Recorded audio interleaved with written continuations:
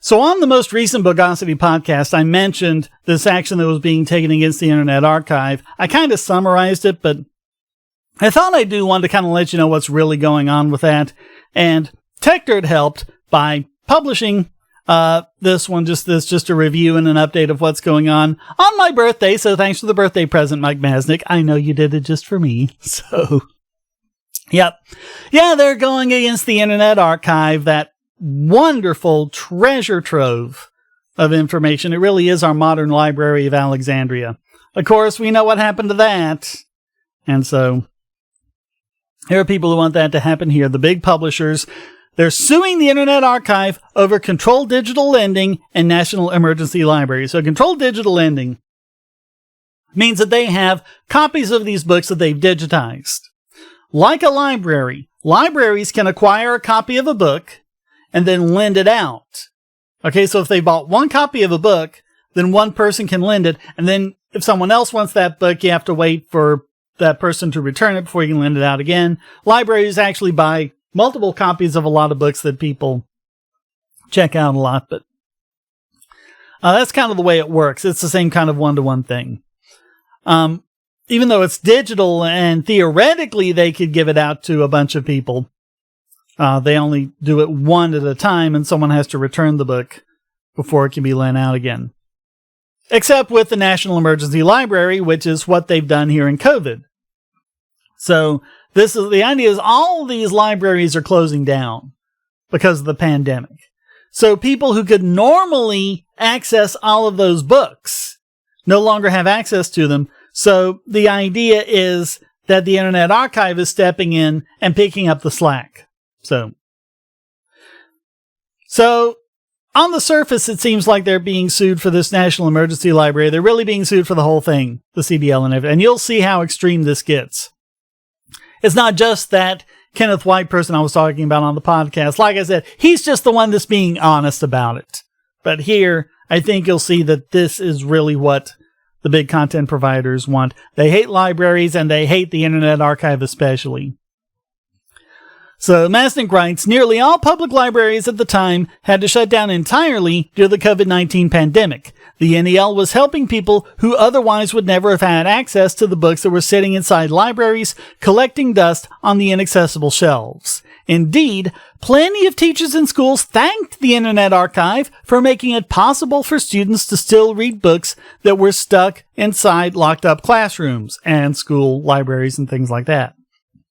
But again, this lawsuit wasn't just about the NEL at all, but the whole CDL program. The publishers have been whining about the CDL for a while, but hadn't sued until now. Thanks to a strained interpretation of copyright law, when it came to ebooks, the publishers jacked up the price for libraries to insane levels and kept putting more and more conditions on them. For example, Macmillan for a while was charging $60 per book, with a limit of 52 lends, or 2 years of lending, whichever came first, and then you'd have to renew. The way it's supposed to work under U.S. law is you have what's called the first sale doctrine. So you buy a book or a video game. You know, gamers experienced this years ago when the gaming industry attacked people selling used games and stores that sold used games. You know, they say, no, you just get to sell them once and that's it. Well, the first sale doctrine means that if you buy a book, then you can do whatever you want to with the physical book. You can keep it. You can give it to someone else. You can sell it. You can sell it as a used book. It's yours. You can do what you want to in it. The content of it might be copyright protected. And so you might not be allowed to make copies of the book, but you can do whatever you want to with a physical book. That's the first sale doctrine, and that's what they're going against. So publishers were abusing copyright law to try to jam down an awfully expensive model on libraries, exposing how much publishers really hate libraries while pretending otherwise. So this is about the Internet Archive's response to the lawsuit. I would have done that, but I can't highlight PDF files for some reason, so I'll have to find some software that'll let me highlight a PDF file and then put it in the background here on OBS. But you can read it anyway. When you pull up the PDF file, I think it's like 28 pages. But really, the first 6, I think, are just the main content. And the others is just going through and listing its responses to all the different charges. Most of which is that they're basically denying everything that doesn't have to do with their mere existence. They're saying, yeah, we exist, but everything else they're saying about us is wrong. So they say the Internet Archive does what libraries have always done: buy, collect, preserve, and share our common culture. The Internet Archive is part of a network of libraries around the world, each of which is using digital technologies to meet the many challenges of serving patrons with diverse needs and differing abilities, and to ensure that the growing storehouse of human creativity is not lost because no one has the capacity to preserve it. I've said this before. What if we couldn't access the works of Shakespeare, and we couldn't read, Hamlet and Macbeth and all those and see those performed, because all of his works were protected by a DRM system that no longer exists? So, not that DRM systems are that hard to crack, but, just conceptually, that's the kind of thing that they want. But, how do you preserve it for the ages? Who knows what, items on the bestseller list, 500 years from now, people will be thinking that are classics. So democratizing access to information and facilitating access to books in particular has been a core part of the Internet Archive's mission for decades. But for many people, distance, time, cost, or disability pose daunting and sometimes insurmountable barriers to accessing physical books. Digitizing and offering books online for borrowing unlocks them for communities with limited or no access, creating a lifeline to trusted information. And we've seen this before. I think I talked about this, and this was years ago, long before YouTube. But a lot of programmers were afraid to come over to America because a programmer who was from Europe came over to some conference, I think in California, and got arrested by the federal government because he was making a text-to-speech reader for PDF books to make them accessible for the blind. So all it would do is take the text and, convert it into speech and they could listen to it. That was all that it did. But it had to break the DRM to do that. And that's illegal, and they're crazy like that. Yeah, there was another case, I think I covered this in the podcast, where, if you're in a country and you speak a language that generally isn't served that well by Hollywood, they'll make a DVD, they'll make language tracks in, Spanish and French and subtitles and, Russian or whatever. But if you're speaking a language that they don't support and you still want to watch the movie, or especially if you're deaf and you want to read subtitles, what people have been doing online is they've been taking the regular subtitles on DVDs, translating them into these other languages that the content providers aren't supporting, so that people in countries where they speak those languages and they don't speak English or French or whatever, they can have access to the movie, a movie that they have purchased legally. They go and purchase the DVD, but they can't understand it, so they download the subtitle to play along with it. Well, they've hit the ceiling about that and say, oh, that's piracy, you can't do that. It's crazy. It's crazy. This isn't really about preserving, the work or anything like that. It's about control. It's about control and getting money that they don't deserve because they're still trying to profit with an outdated business model. That's all it is. They're dinosaurs. All right, so where was I? Readers in the internet age need a comprehensive library that meets them where they are, an online space that welcomes everyone to use its resources while respecting readers' privacy and dignity. The Internet Archive has made careful efforts to ensure its uses are lawful. The Internet Archive CDL program is sheltered by the Fair Use Doctrine, buttressed by traditional library protections. Every book in the collection has already been published, and most are out of print. And this is something else that Kevin White character didn't seem to mention. He's expressing what they all want, which is basically every blending by a book in a library is a lost sale and they should be paid for it. Just like the music industry has been doing, even though it's not always lost sale. But when you have these books that are out of print and they're saying, hey, all these are lost sales. Well, no, they're not, because those books are out of print. That would only apply to books that are still in print, even though it doesn't actually, as, listen to the podcast for all the reasons why. But I mean, it's just crazy. Crazy, stupid math and the zero-sum fallacy and everything else. I mean, because a lot of people who borrow books from the library would never have been able to purchase all of those books. If you're a regular visitor to the library and you borrow, 100 books over the course of the year, how much of those 100 books cost you? Most people wouldn't be able to pay that. As for its effect on the market for the works in question, the books have already been bought and paid for by the libraries that own them. First sale doctrine. I'll say it again. The public derives tremendous benefit from the program, and rights holders will gain nothing if the public is deprived of this resource.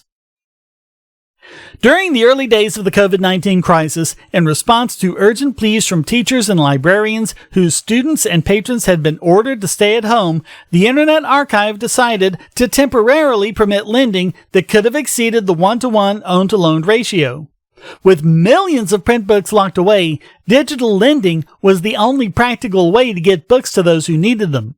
The Internet Archive called this program the National Emergency Library and planned to discontinue it once the need had passed. 12 weeks later, other options had emerged to fill the gap, and the Internet Archive was able to return to the traditional CDL approach.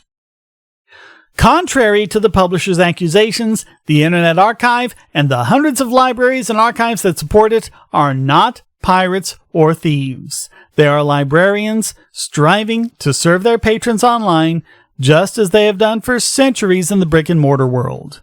Copyright law does not stand in the way of libraries' right to lend and patrons' right to borrow the books that libraries own.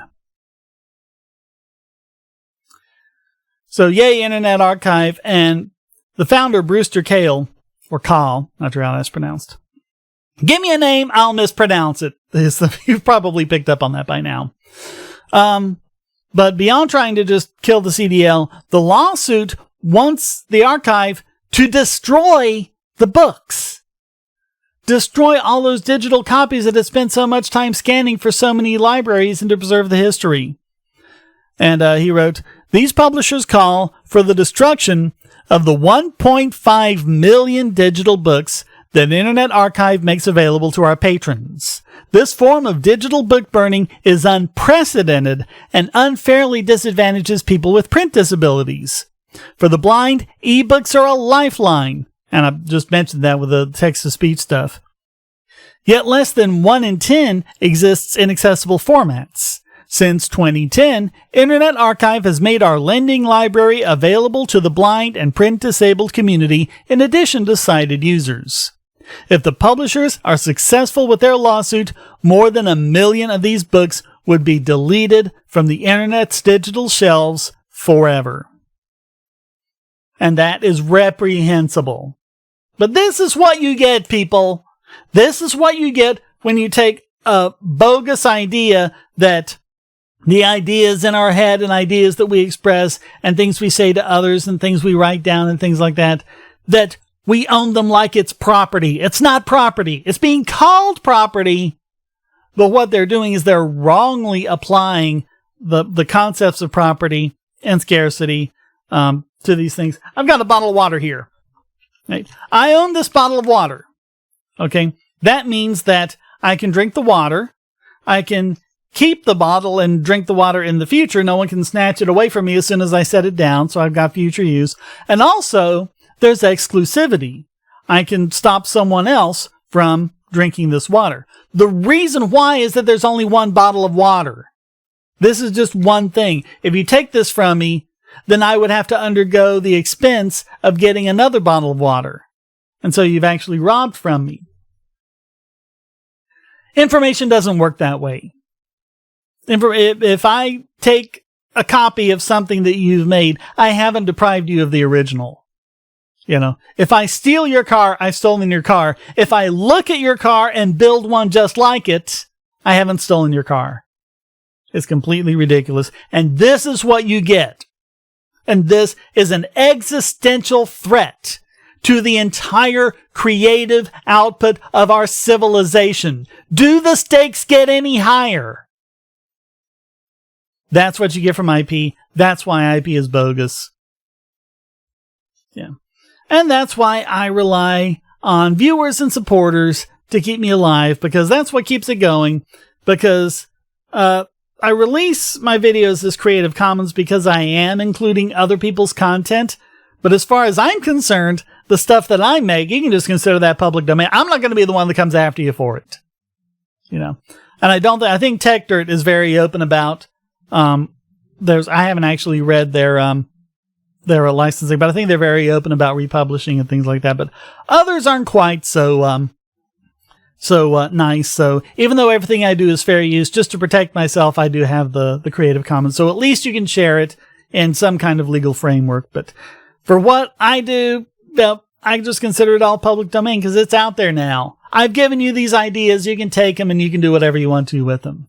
And so I do hope, if you appreciate it, that you'll at least give something back by hitting like, subscribe, and the bell, and enjoy the other videos I have. And please contribute. You can go to donate.pagosity.tv and you can contribute with PayPal or crypto, even if it's just a few pennies.